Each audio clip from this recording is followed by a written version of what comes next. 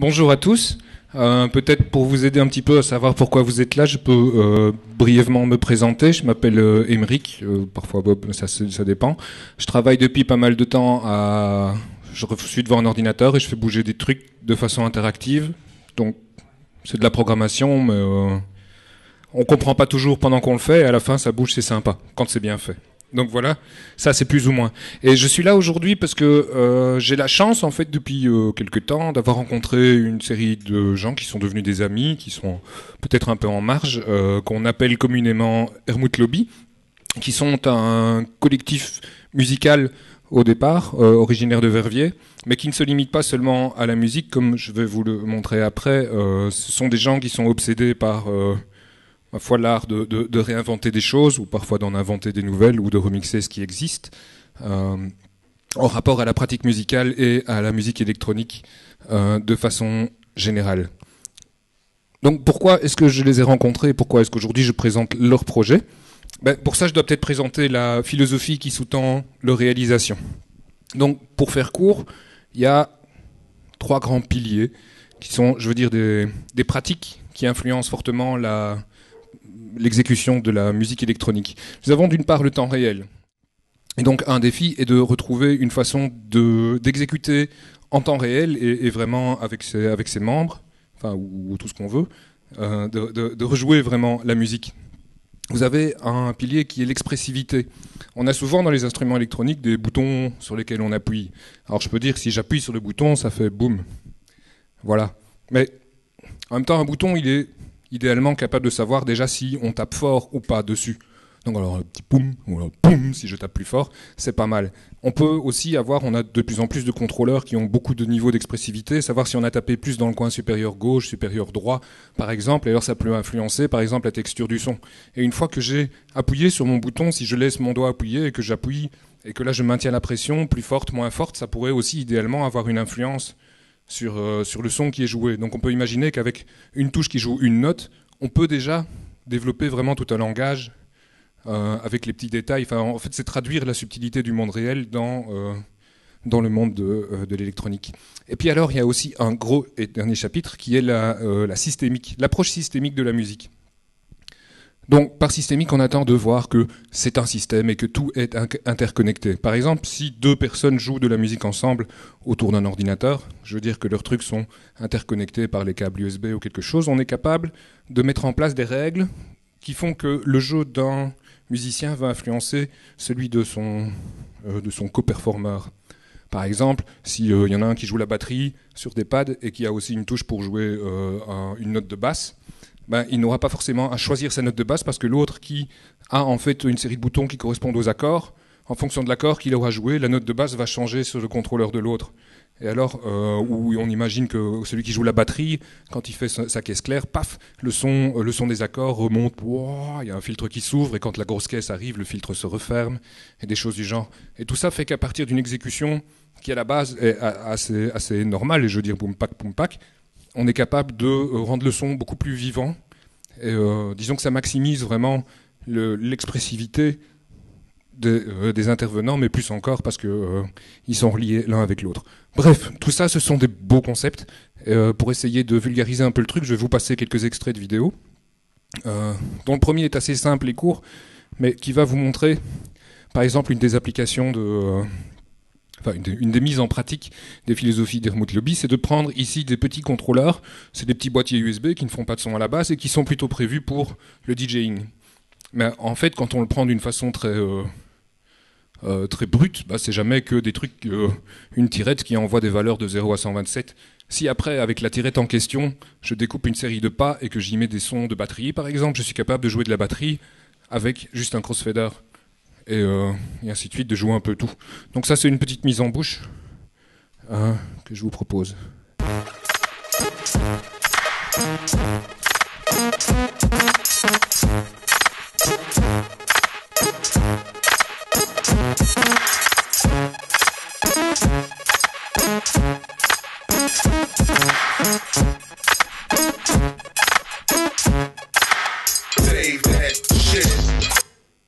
Voilà, c'était vraiment juste une petite mise en bouche.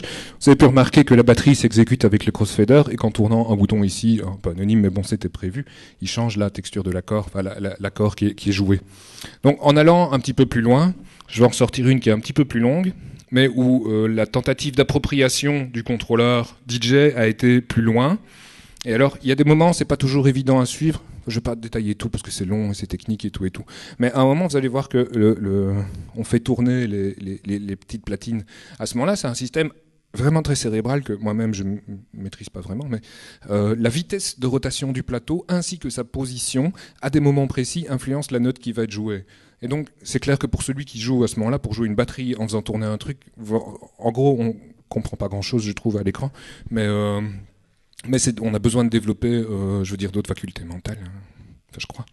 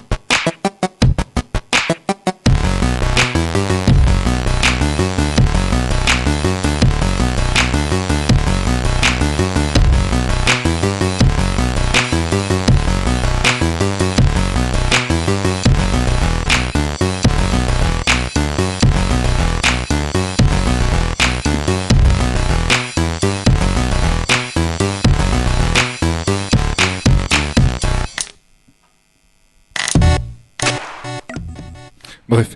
Et donc, a priori, il n'y a pas de séquence préenregistrée là-dedans. Si on ne touche pas le contrôleur, il n'y a rien qui se passe. Vous voyez qu'il y a une série de techniques dont on abuse assez bien. Par exemple, sur le bouton du haut, si ça fait une note, une touche, finalement, si je retouche plusieurs fois, ça peut faire une série, une note et cycler dedans. Et alors, en appuyant tout le temps sur la même, je fais déjà des arpèges, je peux ainsi développer énormément de choses. Donc, cette approche ne se limite pas au contrôleur. Le contrôleur USB musicaux, ça peut a priori se faire avec n'importe quoi. On fait des concerts avec des manettes PlayStation, des courts joysticks. Et parfois aussi, on construit des contrôleurs complètement customisés. Il faut savoir que le câble électrique qu'on voit au premier plan ne fait pas partie de la table. En fait, je viens de le remarquer, c'est fou ça. Donc ici, vous êtes face à une table couverte par des petits autocollants de cuivre, du copper tape, un truc assez fin, relié à un Arduino, qui est la petite carte pour programmer de l'électronique chez soi en s'amusant. Et tout ça est relié à l'ordinateur. Et à ma foi, c'est encore une fois un peu le même genre de truc. C'est-à-dire qu'on sait faire plein de choses, on sait le faire à plusieurs, et on s'amuse bien.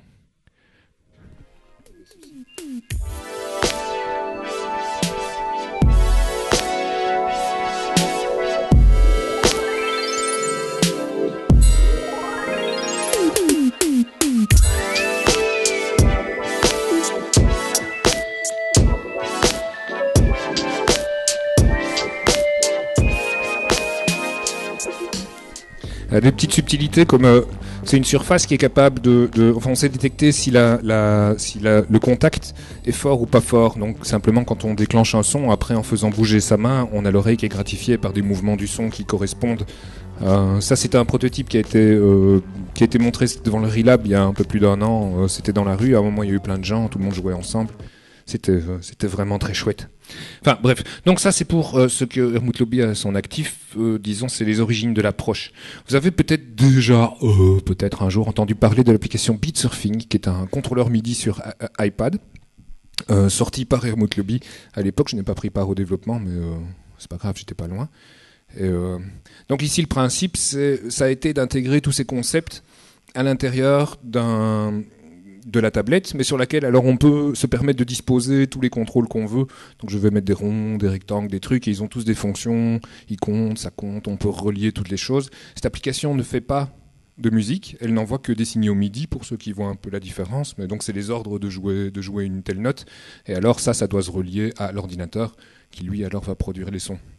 Ça a été bien reçu à l'époque, c'était vraiment très chouette, et il faut dire qu'il y avait eu une équipe qui avait quand même relativement bien bossé sur les vidéos et que ça avait participé au truc. Donc voici la vidéo promo de quand Beatsurfing est sorti.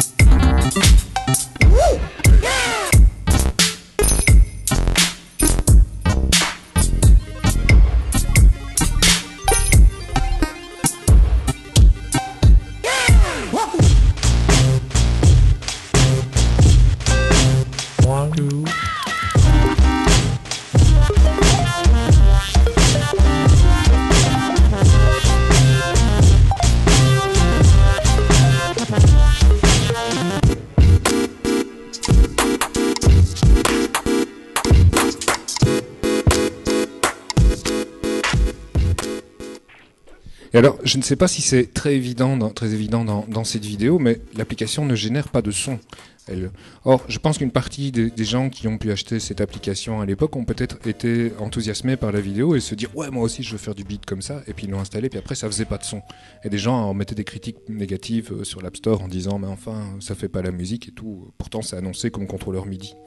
Faut dire que les vidéos que je vous ai montrées avant, si vous allez voir dans les commentaires sur YouTube, il y a beaucoup de gens qui disent « Mais enfin, ce truc ne fait pas du son comme ça, c'est un contrôleur DJ, vous avez replaqué de la musique sur des images et tout, et pas toujours facile. » Mais enfin, suite à l'expérience Beatsurfing et à la réception des gens et le fait d'avoir pu le faire tester à certaines personnes comme ça, parce qu'il fallait brancher à l'ordi, donc moi j'ai un ami, une fois j'avais tout branché et je lui ai... Excusez-moi, ça c'est vraiment... Oui, bref, en gros c'était amusant à jouer. Mais seulement c'était à un niveau d'entrée assez technique parce qu'il faut, je veux dire, remplir l'écran d'objets et puis définir plein de comportements et tout et tout. Et ça, c'est très difficile.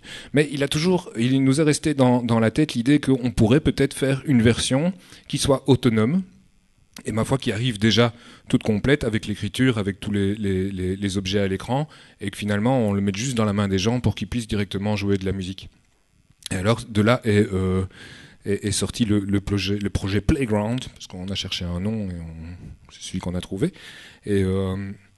Et donc le but de Playground, c'est de proposer exactement ce que Beatsurfing n'a pas proposé, c'est-à-dire que tout le monde peut le prendre en main, commencer à jouer, et c'est terrible. Mais vous avez pu remarquer aussi dans les vidéos que ça nécessite quand même de maîtriser pas mal ses doigts, enfin tous ses muscles et tout, et c'est compliqué, il y en a beaucoup. Alors du coup, il y a des mécanismes dedans qui sont mis en place pour corriger ce que vous jouez en temps réel. Donc souvent, la musique est quantisée, il y a pas mal de règles. Enfin, je veux dire, on ne sait pas vraiment faire de fausses notes ou difficilement. Enfin, il y a peut-être moyen si on cherche. Et on sait difficilement se tromper. Donc ça place un petit peu l'utilisateur lambda, parce que c'est vraiment normalement accessible à tous, dans la position de ressentir le plaisir de jouer de la musique et de maîtriser à fond, comme si on maîtrisait, même si on ne maîtrise pas beaucoup. Donc je sais que je passe beaucoup de vidéos, mais je vais quand même illustrer un peu mon propos en vous montrant par exemple ceci qui était un prototype de scène, enfin d'une scène. On appelle ça des scènes en fait dans Beatsurfing, puisque dans Playground, excusez-moi, je me tais, je vous regarde. Voilà.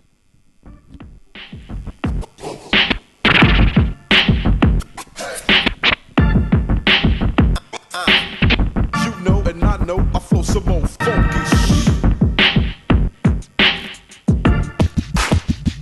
Say what? Say what? Say what?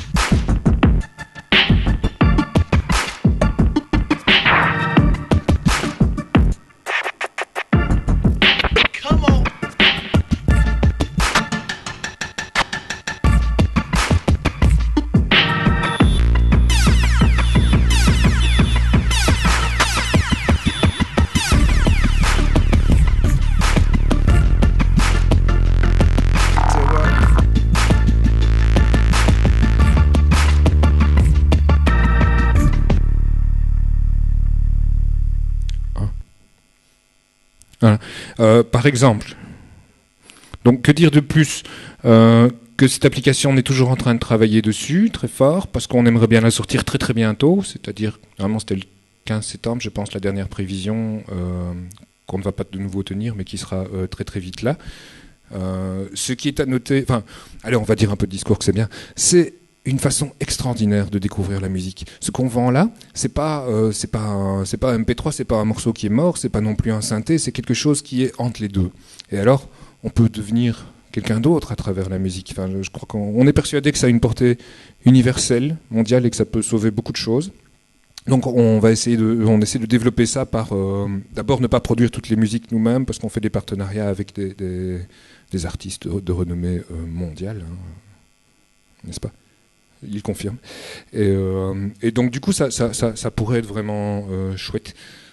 Bon, vous voulez une petite démo en plus, comme ça, un truc ça c'est un peu avec des notes.